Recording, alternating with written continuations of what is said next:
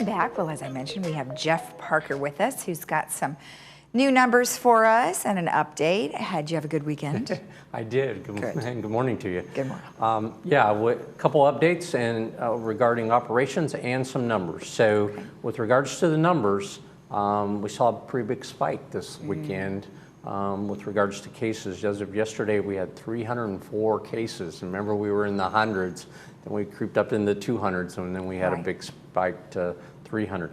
And the concern there too is that there weren't a lot of testing numbers necessarily, and so the ratio of cases to testing was pretty high. So something that we have to continue to watch. And they've been talking about it in the news over the weekend, you know, coming kind of back out of the Memorial Day weekend and the relaxation of some of the rules.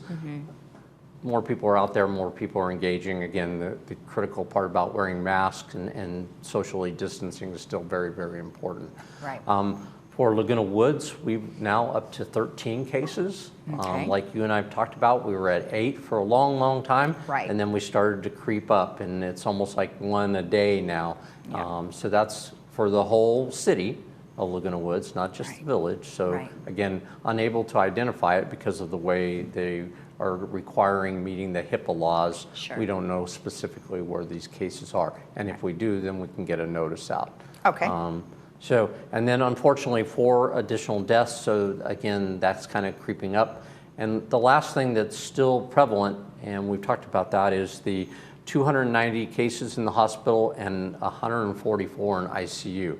And when you see the ICU numbers in that higher range, obviously the concern is how are those people going to recover, and are they going to be able to recover? So we've seen that kind of creep up in the death rate in Orange County, unfortunately, which is going back to like Friday's conversation, is our population here in the village is the highest at risk because of the age and because of other conditions that the people have. So we just want to make sure that people know these numbers and be really, really safe out there and watch yourself and stay at home if you can. If you need to get out, obviously, to get groceries or go to a doctor's appointment, we want you to do that.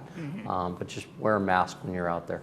Exactly. And you know, for those folks who still would like to venture farther, like maybe go to a restaurant, which, you know, things are open, so you certainly can do that.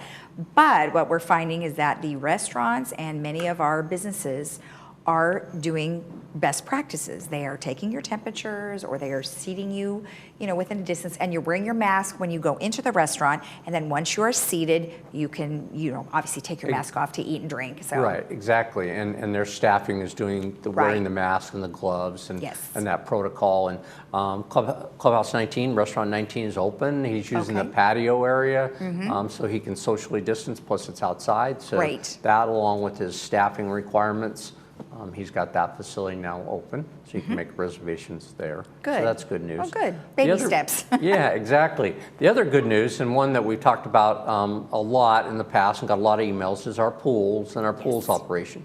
As of Friday, we got information from the state of California that the community pools could start to reopen. All right. So for us, 2 things had to occur. One, we had to get the pools ready. Secondly, we had to get it operational ready. We use lifeguards. We use a private company for that. So in coordination with our reservation system that we're going to have and the protocols and getting that, we're going to be able to start reservations on the 17th, which is great, Wednesday, and they're a week in advance. So the pools will actually open on the 24th of June with reservations starting on the 17th. Okay. And so if you have any questions, you can call our recreation department and they can walk you through that, what that protocol is going to be, how we're going to separate the lanes out, how much time you'll have to swim, or just if you want to just go and exercise, you can go in that lane and do that too. It's not that you have to swim. It's that you can enjoy the water, but it'll be separated for distance. Good.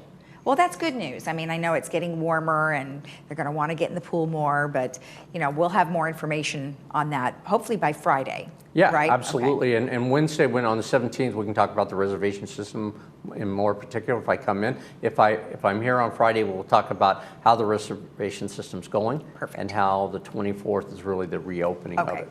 That sounds great. Good. Well, that's good information. Yeah, the other thing I wanted to mention, again, we started today with reservations for doubles for our tennis program, which will start tomorrow. So we're very excited about that too, getting more people out there playing tennis. And let's talk a little bit about what we did on Friday. I mean, we had a medical roundtable, amazing information. The doctors were really great at putting things I think they just laid it on the line, which I think we really appreciated, and hopefully everyone got to watch that. But if not, we will have rebroadcast that we'll tell you about. But give me your thoughts about how you thought it went. I thought it went really well. I thought it did two things. One, I think it gives the security to our community on what are good protocols, how to be safe out there. I think just general information about how do you get the virus, how can it spread, what's more of the testing requirements. Yeah. So they went through all of that kind of dialogue with those three. They did a great job, I thought, and it was also reinforcement of our reopening plan, how that's working, and how that's falling in line with what they were suggesting. I think it'd be great if all communities would do something like that. I mean, even our Board of Supervisors, maybe they could have doctors on too and have a roundtable, because to me it was really good information. And the questions that were asked by the community, you guys did a great job with sending in some really, really good questions. So hopefully we answered as many as we could in that time frame. And if we get more questions from our residents on using our website and everything like that in the email, we'll continue to answer those emails. Okay. So don't be afraid to send your additional questions after seeing that report. Good, and I'll give you that email a little bit later in our broadcast. So, all right, well, very good. Thank you so much for the information. I appreciate it. Hey, it's good to see you on a Monday morning. You too. Have a good week.